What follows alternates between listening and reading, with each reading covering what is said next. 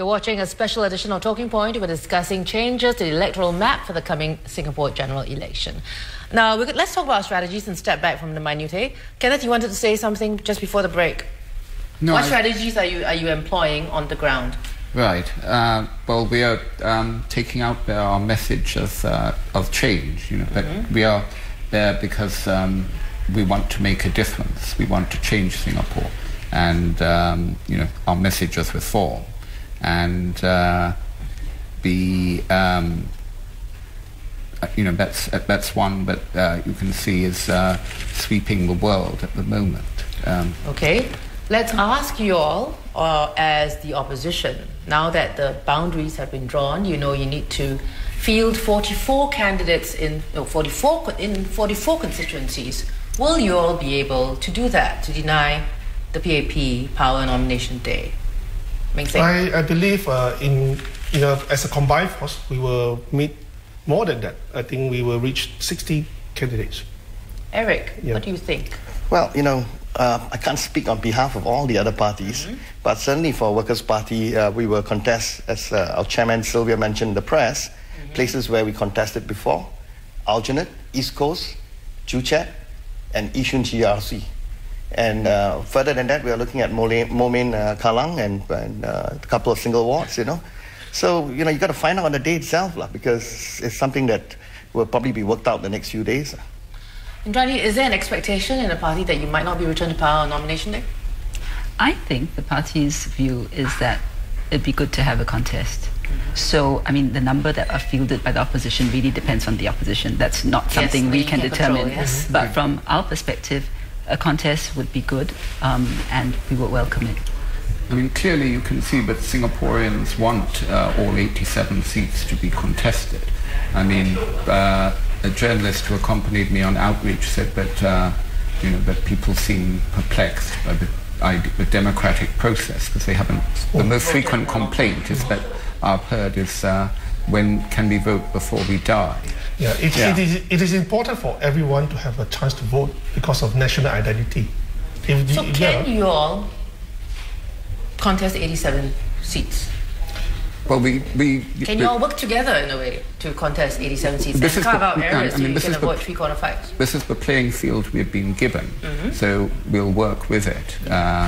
But it would be, if the ruling party was interested in seeing more contests, perhaps they would have gone for lesser man GRCs, go down to 3-man GRCs, because I don't see any rationale really for having anything but isn't it bigger an than a 3-man GRC? GRC. Now the average is 5, down to 4. Surely, what do you think about it? Surely you think the opposition can get together and... Well, looking at the opposition, for one, strategy. My view is that this election is going to be extremely crucial for the opposition. Let me explain. One, that I think for the first time in recent years, we have got so many issues kind of catching fire, and I think some of them really resonate with the public. So there's a great opportunity for the opposition, and I think and some of the opposition parties have also some, at least on paper, good young candidates. So that must mean good for the opposition. But the big question is, will the opposition fight what I call a smart fight? I use the phrase smart fight deliberately. I'm not sure at this stage whether going for as many seats and giving the PAP, not giving the PAP power on nomination day is a good strategy. I'm not sure. I'm not fighting the election. I don't have any intention of fighting the election. I'm just talking about it from an observer. I'm not sure. Okay. Can I just say, I think there's a lot of talk about the by-election strategy, and I don't agree with that. I think it's a loser's strategy. It's like saying, if Ford Motor was to say, you better buy Toyota because they're better cars, but perhaps you can buy a hubcap from us. That is why I deliberately use the phrase a smart fight. Right? And a smart fight is, you want to get.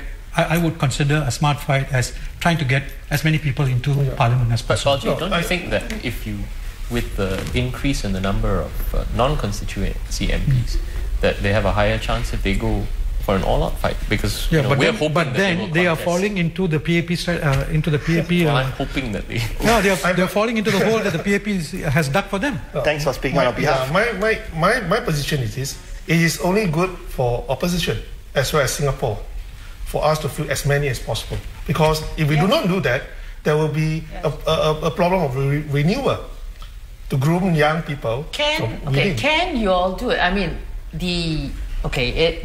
some of the problems in the opposition have been played out in the last few months in the media. Surely that doesn't give you very much credibility with the public. And one of our other commentators last night, Zulkifli, thought that, if the opposition actually gets together properly and forms a coalition, you have actually a really good chance of taking a GRC. Do you all think you can get over petty opposition fights to do that? I mean, I have three different parties represented here, not everyone, but, Yeah, I mean, I think that is something that is always, the media tend to perpetuate this image of opposition disunity, but they're different parties with different ideologies. So the people have to, we believe in choice. People should be able to choose what ideology, what program they prefer. And this practice of lumping everybody together actually lowers the image of seems to be a deliberate strategy to lower the image of the opposition parties in the public's mind. Of course we'll all work together. Once we get into Parliament, of course we'll form a coalition. Michael, what strategies would you employ if you were contested? I mean, you're a single member, you are currently in an area which has been carved out. If you are fielded there, what is your strategy? What would your strategy be? I think the first strategy that I would employ is to play my own game and not play the opposition's game. But that doesn't mean that I don't welcome a contest. I think a contest is good, it's a good report card, but ultimately, whichever candidate runs for election in whichever constituency, he has to play his own game and play his own and work according to his plan. If you start reacting, then you've got a problem. So in this sense, I think that the consistent work that we've been doing will show on election day. You have a problem with consistency because the NSP is saying that now. Yes. Okay, so what strategy would you employ then if you had to go into a new area? What would you do? Well, into a new area, I think national issues will be our main theme, right? Over the housing, FT policies, and transport, healthcare. These are the issues. Well, for local issues, I think there is not that much of the issues, because town councils are run by managers, estate managers. Competencies are more or less there. If we took over town councils, it should be there. But one very curious point for Michael, maybe. Now, if he wins the election as a minority, would it be a slap on the PAP's assertion that we need a GRC because the minority cannot win in a single seat? What it would be a testimony to Michael's good standing and the hard work. That's what it would be. Very good. Michael, what would your response be to that? No, I think that Indrani is right. At the end of the day, the candidate wins on his standing and his work in the community and his presence. Yes, precisely. So why should we have a GRC?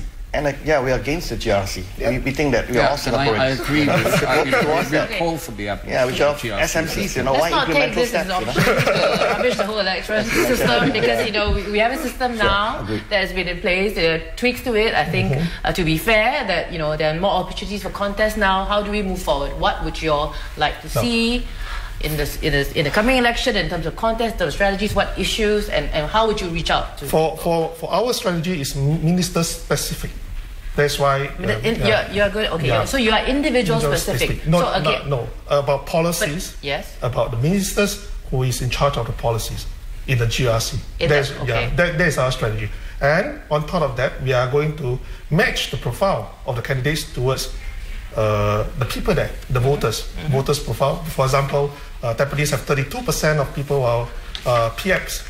That means professionals and engineers and all that. So I'm going to match the profile. That is my strategy. And the young voters, 30% of them are young voters. Yes, I will match him with a young, very young, 26 years old, 37 years old candidate. Do you have enough young people joining you in your party? Yes, you'll be surprised. Close your chest as well still, yeah? Yes. As most of you all would be. All right, Michael, what would you do? Again, if you're contested, besides talking about your track record and, you know, how in your area, how do you appeal to the young people, young electorate in your area who, you know, we all know want a change, want a new voice, and so on and so forth? Well, as I said, in my area, you're looking at, you know, sort of 40s to 50s as being the majority of the population, and you've got a fairly young group of them between the 20s to the 40s. You've got to reach out in many different ways. You've got to reach out in terms of new media. You've got to reach out in terms of actually going to the ground. But, you know, these different aspects don't count for very much unless you're actually there and you're actually working and people know you, whether it's on the new media or whether you're actually walking the ground and meeting and shaking hands. This is what counts. People want to see you there and they want to know what you can do and whether you're approachable, whether you can address their issues, whether you can help. All right, we'll have to go for another short break. When we come back, we'll discuss the hot button issues in the coming general election. Stay with us.